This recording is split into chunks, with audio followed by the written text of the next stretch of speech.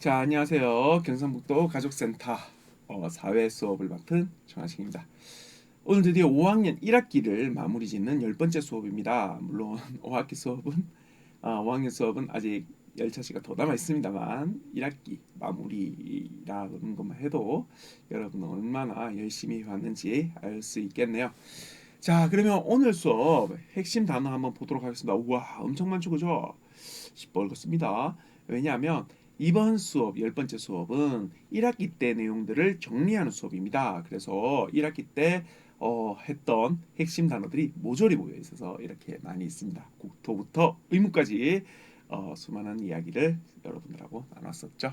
오늘 1학기 내용을 쭉 훑어보면서 여러분들이 기억을 새롭게 떠올리고 그리고 또 부족한 점이 있다면 다시 그 차시에 가서 수업 영상을 보면서 또 외울 건 외워주고 이해할 거 이해해주고 했으면 좋겠습니다. 자, 다시 얘기하지만 이번 수업에서는 전체를 다 훑는 내용입니다. 그렇다고 해서 전체의 내용을 구체적으로 얘기는 못 드려요. 한번 짚어줄 테니까 아직 기억이 잘 안 난다. 이거 뭐더라 하는 거 있으면 그 차시에 가서 다시 한 번 더 보면서 기억을 다져줬으면 좋겠습니다. 자, 우리가 첫 번째 봤었던 것은 우리나라의 국토의 위치와 영역에 대한 내용이었어요. 우리나라의 국토는 어디 있고 또 우리나라의 범위는 어디인가 인 건데, 우선 위치는 아시아의 넘어가네요. 아시아의 대륙 동쪽에 있었죠. 아시아는 제법 큰 땅입니다. 아마 대륙들 중에서 가장 큰 땅일 텐데 이 대륙 중에서도 동쪽에 위치해 있다. 그리고 우리 국토는 북반구, 우리 지구를 반 나눠서 남반구, 북반구로 나눌 수 있다고 했죠. 우리는 이 북반구에 있다. 근데 이 북반구 역시도 세 개로 나눌 수 있죠. 저위도, 중위도, 고위도.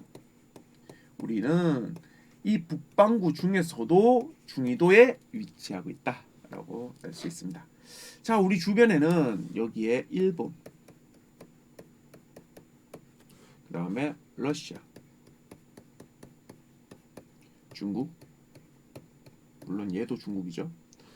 여기에 몽골 등이 인접해 있다. 물론 몽골은 우리 국경이랑 딱 맞닿아 있지는 않지만 그래도 우리 주변에 있는 나라가 될 수 있다고 얘기를 드렸던 것 같네요. 자, 이렇게 위치는 얘기를 드렸고 그 다음에 영역 볼게요. 영역. 아직 위치가 좀 더 있네요. 특히 우리나라는 이렇게 반도 국가입니다. 반도 국가. 반도는 세면이 바다인 국가이죠. 세면이 바다이기 때문에 철도나 도로로 이렇게 육지로도 이동할 수 있고 바닷길로도 이동할 수 있다는 장점이 있습니다. 그래서 우리 반도 국가, 대륙으로도 이동할 수 있고 바다로도 이동할 수 있다. 이런 반도 국가다라는 걸 기억해 주십시오. 자, 우리 영역을 한번 보죠. 영역이라는 것은 한 나라의 영역이라는 것은 한 나라의 주권이 미치는 범위라고 했습니다. 주권이라는 것은 그 나라가 행사할 수 있는 권리라고 했죠. 그 권리가 미치는 권위입니다. 우리의 주권이 일본 땅에서 미칠 수 있을까? 아니죠. 우리의 권리가 저기 멀리 아메리카 땅에서 할 수 있을까? 아니죠. 우리는 우리나라의 영역 내에서 주권을 행사할 수 있습니다. 그럼 우리나라의 영역은 어떠냐? 세 개로 나눌 수 있다 그랬죠. 영토, 영해, 영공입니다. 영토는 한반도와 부속도서고요.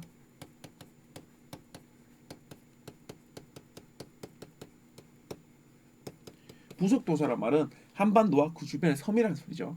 섬이라는 소리고, 영해란 말은 우리 조금 어려우니까 영공부터. 영공은 영토랑 영해 위에 하늘이죠. 영해는 썰물 기준으로, 썰물은 물이 이제 바닷물이, 밀물은 주 안으로 들어오는 거고 썰물은 쓱 빠져나가는 거죠. 썰물 기준으로 12해리가 영해라고 했습니다. 우리가 한반도가 우리 땅이 이렇게 있으면 그려볼까요?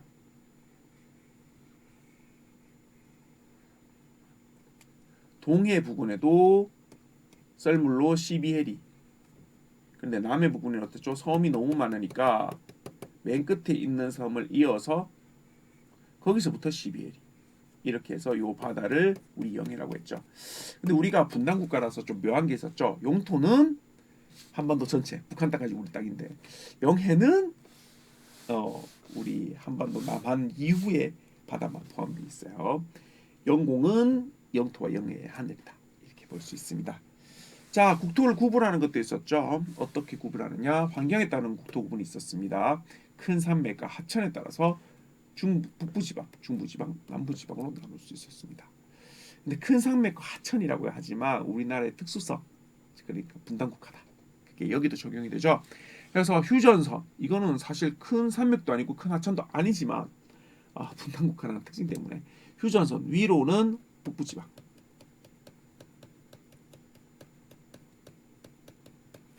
휴전선과 소백산, 금강 하류 사이에는 중부지방,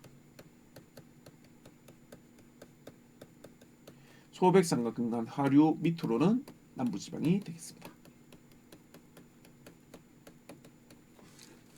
실제로 환경에 따른 국토 구분은 큰 산맥과 큰 하천을 기준으로 한다지만 그거는 사실상 중부와 남부를 가르는 거고요. 뭐였죠? 소백산과 소백산이라는 큰 산과 금강 하류였죠. 그런데 실제로 북부지방과 중부지방을 가르는 것은 산맥도 하천도 하는 휴전선이었다. 이거는 조금 기억해 주십시오. 자, 우리나라 구분하는 거 지금은 행정적으로 구별을 하고 있습니다. 행정 관련된 여러분들이 꼭 다 알아줬으면 좋겠다라고 얘기했어요. 조금 힘들어도 알아줘야 된다고 얘기했죠. 특별시, 서울특별시 한 곳 있고요. 광역시, 인천광역시, 그다음에 대전광역시, 대구광역시, 울산광역시, 부산광역시, 전라남도에 있는 그 광주광역시 등등 6곳이 있고요. 특별자치시라고 해서 세종특별자치시 한 곳이 있습니다. 특별자치도라고 한 곳, 제주도가 있고요. 그다음에 그 외에 도 8곳, 경기도, 강원도, 경상북도, 충청북도, 충청남도, 전라북도, 경상남도, 전라남도 이렇게 있다고 있죠.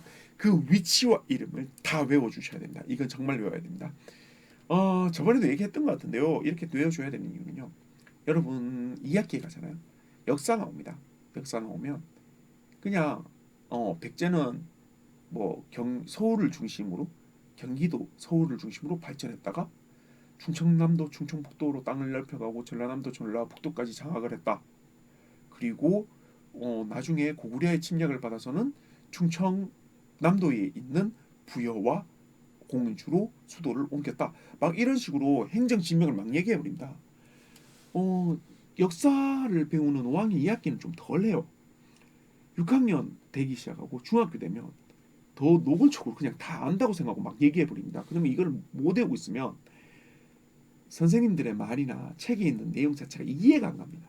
그러면 그때부터 사회 성적은 무너지기 시작하는 거죠. 외울 건 외워야 한다. 물론 사회 수업이 이해를 중심으로 하는 수업이긴 하지만 이해를 하려면 외워야 한다. 겁니다. 외워주세요. 우리나라 지형이 있습니다. 우리나라 지형은 기본적으로 산지가 많습니다. 산지가 70%죠. 그러니까 땅의 100의 70은 산이라는 소리입니다. 굉장히 산지가 많은 거예요. 이거는. 그리고 산지가 대부분 어디에 포함되어 있냐면 선생님이 또 이게 한반도 그리는 시간이 또 오네요. 이렇게 있으면 이 동북 쪽에 대부분의 산지가 많이 포함되어 있습니다. 물론 소백산이 여기 튀어나오긴 합니다. 여기도 있어요. 하지만 대부분 산들은 동북 쪽에 많고 평야가 서남 쪽에 많다. 평야는 서남 쪽에 많다. 그 다음에 산지는 동북 쪽에 많다. 당연히 산지가 동북 쪽에 많기 때문에 여기에 반 잘라서 단면을 보게 되면 이쪽에는 산이 많죠. 이쪽에는 평지가 많습니다. 즉 서쪽으로 갈수록 평야가 많고요. 동쪽으로 갈수록 산지가 많습니다. 평야는 평평한 땅이기 때문에 당연히 농사가 발달이 쉽고요. 농사가 잘 되니까 옛날 사람들이 거기를 중심으로 사람들이 모였겠죠. 그러니까 도시가 발달돼서 그게 지금도 이어져 오고 있습니다. 해서 우리는 서남 쪽에 평지가 많고 그래서 거기에 농사가 잘 되고 사람들도 많이 모여 산다라고 볼 수 있습니다. 자, 지형이라고 하면 바다도 있죠. 그래서 우리는 반도 국가이기 때문에 서해안과 동해안 그리고 남해안이 있습니다. 세 면이 바다이죠. 동해안은 단조로운 해안선을 가지고 있습니다. 여기서 선생님 그거 잘 안 보겠지만 보시다시피 울퉁불퉁하긴 하지만 얘보다 낫잖아요. 얘는 얘보다 낫죠. 얘나 얘보다는 훨씬 단조롭지 않습니까? 이렇게 쭉 끄면 되니까. 그죠? 단조로운 해안선을 갖고 있습니다. 서해안은 매우 복잡죠. 그리기만 해도 한 몇 분 지나갈 것 같은 이런 복잡한 해안선을 가지고 있습니다. 남해안은 복잡기도 하지만 섬들이 굉장히 많습니다. 서해안도 섬 많습니다. 하지만 남해안은 엄청 많아서 다도해라고 불립니다. 한 번 더. 동해안은 단조로운 해안선, 서해안은 복잡한 해안선, 남해안은 섬도 많아서 다도해라고 불린다. 그래서 우리나라 지형은 그렇게 볼 수 있고요. 또 서해안은 복잡한 해안선이 있다 보니까 물이 오래 머물고 오래 빠지고 그래서 갯벌이 많이 형성됩니다. 갯벌에는 소금을 캘 수도 있고요. 그다음에 간척 사업을 통해서 갯벌을 막아서 땅으로 만들기도 해요. 하지만 요즘에는 간척 사업 좀 덜한다고 했죠. 간척 사업 덜하고 갯벌 있는 그대로를 활용하는 경우가 많습니다. 동해안은 이제 해안선이 다 줄었기 때문에 모래들이 많이 쌓입니다. 그래서 갯벌이 아닌 모래사장이 있고 이 모래사장은 해수욕장으로 이용되죠. 남해안은 섬들이 많기 때문에 물이 파도가 치기가 어렵습니다. 섬이 많고 이렇게 지형이 복잡하면 파도 자체가 치기 어려워요. 그래서 물길이 조금씩 들어옵니다. 그래서 물을 오래 머금고 있는 갯벌이 형성되는 거죠. 그래서 남해안에도 갯벌이 꽤 있어요. 동해안은 대신에 파도가 많이 치죠. 단조로우니까. 그러다 보니까 모래사장이 벌어지는 거고요. 돌들을 부숴서 가루로 만들어서 파도가 보내주니까. 그래서 남해안은 어쨌든 파도가 적기 때문에 양식업이 잘 됩니다. 양식업이라는 게 바다 위에서 김이나 미역 등을 기르는 거잖아요. 파도가 많이 치면 바다 위에 매달아 놓은 그런 김이나 미역들이 다 날아가겠죠. 그런데 파도가 적으니까 이런 김이나 미역의 양식업을 잘 할 수 있다. 라는 거 기억해 주면 좋겠습니다. 또 이제 해안가 바다에는요 공업 도시나 항구 도시가 많습니다. 해안 지역의 특징이라고 볼 수 있죠. 왜냐하면 공업을 하려면 다른 나라에서 다른 재료들을 많이 가져오게 됩니다. 또 공업 도시에서 만들어낸 이런 완성품들을 빨리 팔아야 되겠죠. 그러니까 당연히 물건을 외국에서 받기 좋고 물건을 팔기도 좋은 공업 도시들은 해안에 공업 도시들이 많이 배치되고요. 또 항구 도시는 너무 당연하죠. 선생님이 얘기하면서 항구 도시의 특성 다 얘기해 버렸어요. 항구 도시라는 게 어쨌든 큰 배가 들어오고 나가는 곳이잖아요. 그러니까 다른 나라에서 재료를 가져오는 큰 배, 그리고 다른 나라로 물건을 파는 큰 배 등이 왔다 갔다 할 수 있는 항구 도시는 당연히 해안 지역에 있기 마련입니다. 자, 이렇게까지 해서 우리나라 지형 좀 해봤었는데요. 요거는 지형은 아니고 기후네요. 선생님이 기후인데 잘못 쓴 것 같아요. 기후를 알아볼 텐데 기후는요 날씨와는 다르다 그랬죠. 날씨는 매일매일 그때그때 바뀔 수 있지만 기후는 오랜 시간 평균적인 대기의 상태이기 때문에 자주 바뀌면 큰 문제가 됩니다. 그렇죠. 거의 일정한 상태를 말합니다. 우리나라 사계절이 뚜렷하다. 이거 봄, 여름, 가을, 겨울 다음에도 봄, 여름, 가을, 겨울 다음에도 봄, 여름, 가을, 겨울 다음에도 봄, 여름, 가을, 겨울 봄, 여름, 가을, 겨울이 계속 반복되죠. 이게 자체가 사계절이 뚜렷하다는 기후가 됩니다. 그래서 뭔지 이해하시죠? 이런 기후들이 바뀌면 안 된다는 거예요. 봄, 여름, 겨울, 겨울로 바뀌면 안 된다는 거죠. 그죠? 자, 우리나라는 중위도에 위치하기 때문에 사계절, 봄, 여름, 가을, 겨울이 뚜렷하게 나타납니다. 그래서 아까도 얘기했지만 이 봄, 여름, 가을, 겨울이 반복되는 것이 바로 기후이고 이 기후가 여름, 겨울 이런 식으로 된다면 기후가 바뀌는 거죠. 이런 거는 안 된다. 그걸 미리 얘기해 드립니다. 그리고 계절별로 기온차가 매우 큰 편이고요. 겨울과 여름이 봄, 가을보다는 상대적으로 좀 깁니다. 봄, 가을이 좀 더 살기 좋은데 그랬으면 좋겠지만 그렇지는 않다. 이게 될 수 있겠네요. 자, 그럼 우리나라 기온과 강수량을 좀 알아보죠. 우리나라 기온부터 보겠습니다. 기온은 북쪽, 남쪽의 기온차가 제법 큽니다. 여기서 보면 중강진 잘 안 보이시겠지만 영하 16도고요. 같은 1월인데도 제주도는 영상 6도입니다. 무려 22도 차이 나는 거죠. 왜냐하면 선생님 영하 16도니까 밑으로 16도, 0에서부터 밑으로 16도가 중앙지이고요. 그다음에 제주도는 0에서부터 위로 6도이니까요. 26도나 차이 납니다. 차이가 크죠, 그죠? 8월에도 마찬가지로 서귀편이 27도까지 올라갑니다. 그런데 중간지역은 20도 정도, 16도까지 떨어지는 곳도 있어요. 16도까지 떨어지는 곳도 있고 27도까지 나는 곳도 있습니다. 11도 차이 나죠. 즉 남북의 기온 차이가 크고요. 남쪽으로 갈수록 따뜻하고 북쪽이 춥습니다. 그죠? 강수량은 연평균은 1300mm 정도 내려요. 1300mm로 가면 130cm라고 보시면 되겠네요. 130cm. 와, 1m 넘게 내리네요. 그렇게 내면 다 홍수 아닌가요? 1년 내내 내리는 거기 때문에 그렇게까지 홍수는 아닙니다. 자, 남쪽이 강수량이 많죠. 여기서 보면 파란색으로 갈수록 강수량이 많은 곳이고요. 갈색으로 갈수록 강수량이 적은 곳입니다. 그러면 남쪽에 파란색이 많아요. 즉 남쪽에 강수량이 많다 볼 수 있습니다. 북쪽에는 강수량이 적은 거죠. 자, 지역에 따라서 강수량 차이가 제법 크다는 것도 우리나라의 강수량의 특징이 될 수 있습니다. 보시면 같은 위더라도 대구 쪽은 조금 강수량이 좀 적죠, 그죠? 살색이 많잖아요, 그죠? 그런데 전주 쪽은 같은 남쪽 지역이긴 한데 파란색이 더 많죠, 그죠? 그래서 남북의 강수량 차이도 많지만 지역에 따라서도 강수량 차이는 제법 난다는 것을 얘기해 드릴 수 있습니다. 우리 경북이나 대구 지역은 강수량이 좀 적은 지역에 해당합니다. 자, 강수량에 따라서 우리가 사는 방식도 좀 많이 다르죠. 우리나라 강수량은 대부분 여름에 집중이 됩니다. 대부분 여름에 좀 비가 많이 내려요. 그래서 저수지를 두고 우리 농사 지을 때 여름에만 비가 내리면 안 되고 또 여름에 비를 너무 많이 내리면 또 홍수도 잘 나니까 우선 저수지를 통해서 홍수도 예방하고 비가 안 내리는 날에 물을 활용하기도 합니다. 그 다음에 터도둔집을 쓰기도 합니다. 터도둔집은 비가 오면 이제 여름에 비가 집중되면 좀 홍수나 물에 잠길 수 있기 때문에 터도둔집을 지어서 여름에 집중된 강수량을 조금 강수량에도 불구하고 살아갈 수 있도록 합니다.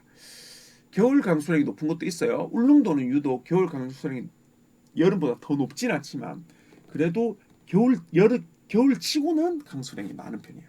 근데 겨울에는 비가 내리지 않고 눈이 내릴 수 있잖아요. 그래서 울릉도에는 겨울에 눈이 굉장히 많이 내려요. 해서 우대기나 설피 같은 것들을 사용합니다.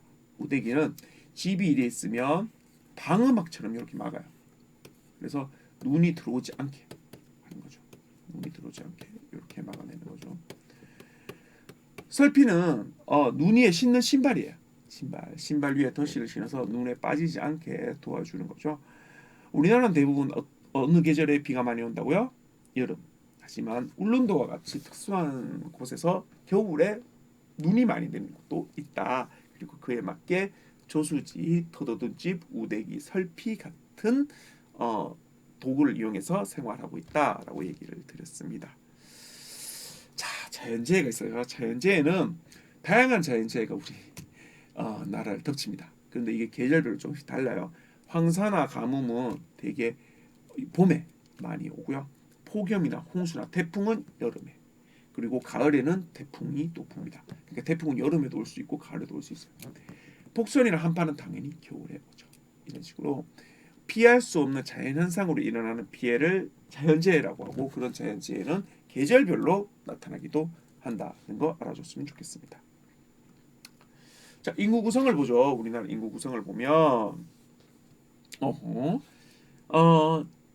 청장년층은 뭐 54.4에서 100 중에서 54.4에서 73으로 쭉 늘었다가 다시 줄고 있는, 그래서 늘었다가 줄고 있는 형태고요. 유소년층은 녹색이죠. 유소년층은 엄청 줄고 있죠. 유소년층이라는 말은 어린이들, 13세 이하의 어린이들 쫙 줄고 있어요. 처음에는 40%라다가 지금 9.8%, 4분의 1로 줄었습니다. 노년층은 어떻게 돼요? 점점 늘고 있죠. 원래 3.1%였는데 지금은 33.9%입니다. 10배가 늘었습니다. 10배가. 엄청 는 거죠. 보죠. 즉 어린이들은 계속 줄고 노년층은 늘어나면 이것은 어린이가 주는 것, 출산이 적어서고요. 고령화 사회는 노년층이 늘어난 걸 고령화 사회라고 합니다. 그래서 우리나라는 현재 저출산 고령화 사회에 접어들고 있다라고 알아두시면 좋을 것 같습니다. 자, 우리나라 인구 분포도 한번 보죠. 인구 분포 1960년대, 1915년 인구 분포 이렇게 변화되는 걸 보는데요. 우선 현재 보면 도시 인구의 대부분이 서울, 대전, 대구, 부산, 서울에 완전 집중이죠. 집중으로 포화되어 있고 대전, 대구, 부산도 꽤 많고 광주 이렇게 대도시의 70% 이상이 다 포함되어 있습니다. 그러다 보니까 도시에는 사람이 너무 많아서 문제고요. 촌락에서는 사람이 너무 적어서 문제인 인구 분포의 불균형이 나타나는 거죠. 이거는 급격한 사회화, 산업화 때문에 그렇습니다. 1960년만 해도 그래도 서울과 부산에 사람이 많긴 했지만 뭐 일이라든지 뭐 청주, 충주, 원주, 춘천, 천포, 충무, 진해, 진주 이렇게 처음 들어보는 선생님이 삼천포는 들어는 봤지만 삼천포입니다. 참천포라고 발음했네요. 삼천포 같은 경우는 지금은 굉장히 인구가 적거든요. 그때는 인구가 제법 됐었던 거죠. 근데 지금 그런 인구들이 다 줄어들었어요. 이유는 도시화를 통해서 도시에 그런 인구들이 쭉쭉 모여든 거죠. 그래서 도시의 70%가 사는 인구 분포의 불균형이 지금 이루어지고 있다라는 걸 알아줬으면 좋겠네요. 우리나라 산업 발달이 사실 남동 임해 공업 지역을 중심으로 한번 볼 수 있다고 했죠. 남동 임해 공업 지역, 여기가 남동 임해 공업 지역입니다. 여기에 공업이 발달하는데 왜 하필 여기에 발달했느냐? 항구 도시들이죠, 전부 다. 그래서 다양한 재료들을 가져올 수 있고 또 완제품이 나가는 이런 동네입니다. 그래서 원료의 수입과 완제품 수출을 위해서 항구 중심의 공업 발달이 되었던 것이죠. 우리나라 교통도 한번 볼까요? 우리나라 교통 발달은요.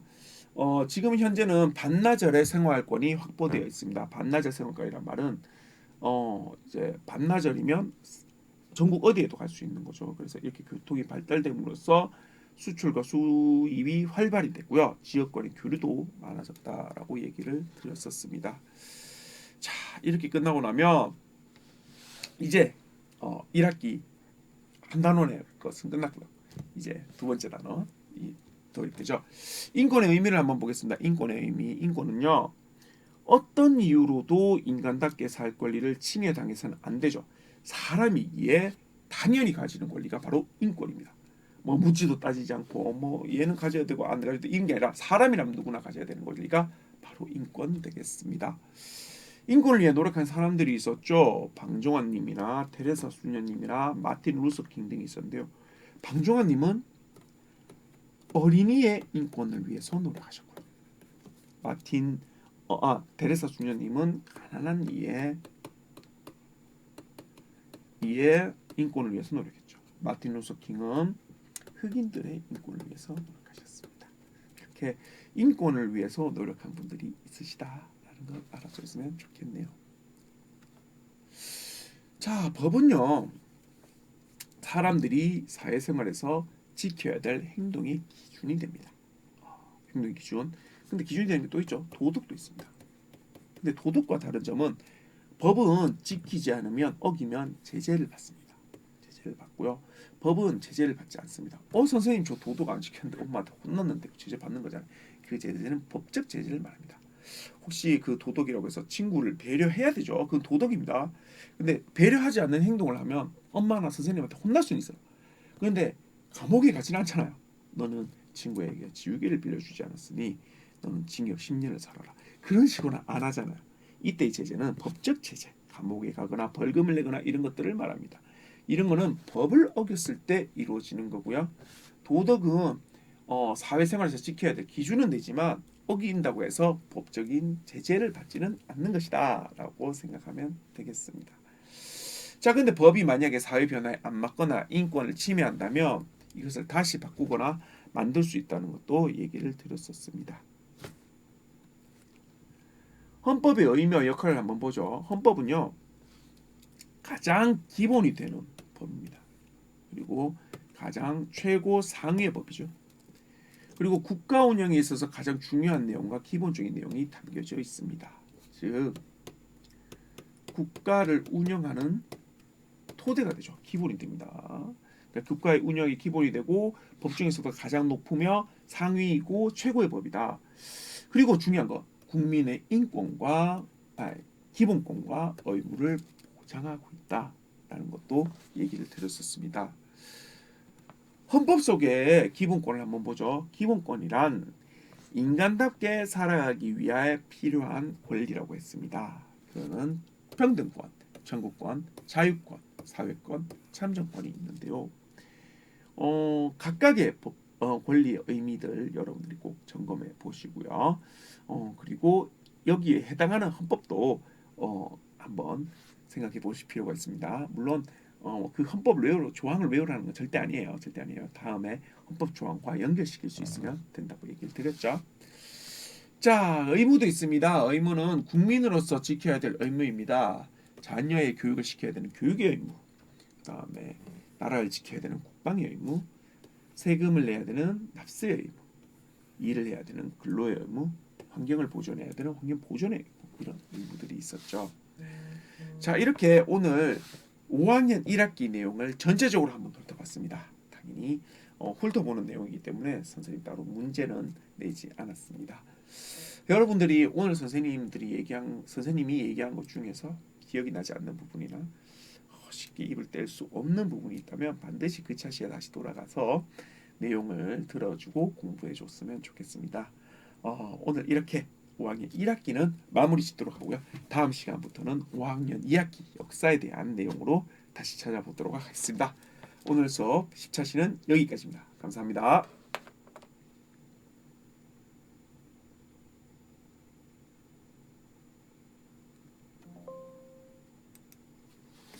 끝났습니다.